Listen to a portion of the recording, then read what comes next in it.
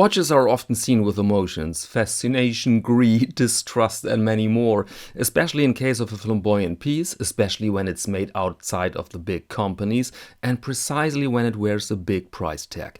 All this we see in case of the Laventure Transatlantique II GMT. So we have plenty of reasons to look behind the story, but specifications first.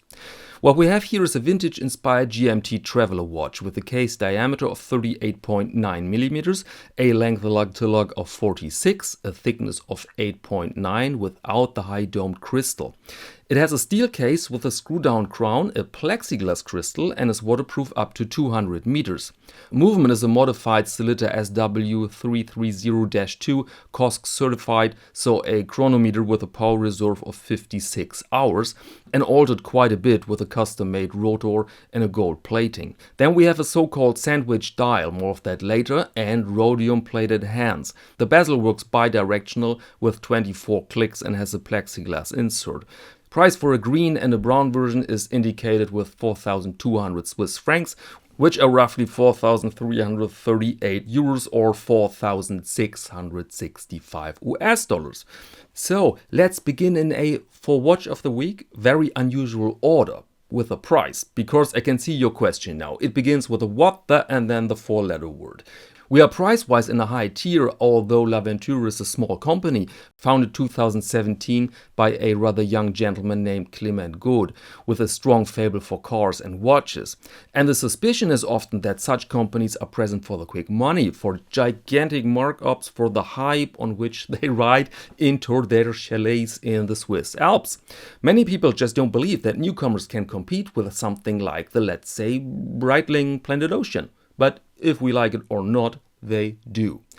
Every spec is available for everybody nowadays, and here Clement Good has ticked just about everything the Swiss watch industry offers. We have a sandwich dial, that means a dial in 2 layers to create depth. Of course not done by Laventure itself, rather from specialized providers, but it's there. Or take the wording on the dial, the colors, the font, the logo, that is super professional work, clearly on one level with the big names in the industry. Then we have specialities like rhodium plated hands or the customized movement. Here we have it dressed up to a real beauty with excellent specs. Same applies to the case. There's nothing generic here, all custom made with some decisions that prove we don't have a large board of business people behind them, but a single individual. Very big crown, for example, and of course the plexiglass crystal. Would have been so easy to opt for a sapphire, but no, he wanted that plexi for a couple of reasons. And so the watch geek in me doesn't believe a second that this piece was created out of financial calculations only. It would have been much easier from a selling standpoint to create a similar watch with low specs and some compromises around 1,000 euros. But they did the opposite.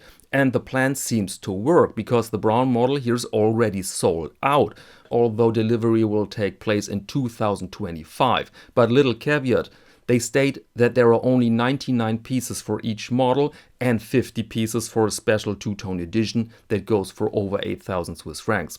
And when you study webpage, Instagram, etc., you see immaculate marketing materials. We see an extremely well-funded company. For me, it looks a bit like an overkill. Like an operation that is not focused on a quick return on investments, at least not now. Last point, in my humble opinion, the brown watch here is the winner. What do you think? What's your favorite here? Let me know in the comments, please. And it's really a shame that this brown one is sold out, but all you have to do is to wait. You already find quite a lot Laventure watches on Chrono24, so the used market can be definitely an option. And then the price depends a bit on your negotiating skills. Because remember, the first price is the dream of the seller, but not the reality of transactions. And that's it for episode 214. Thank you very much and see you next Monday to Watch of the Week.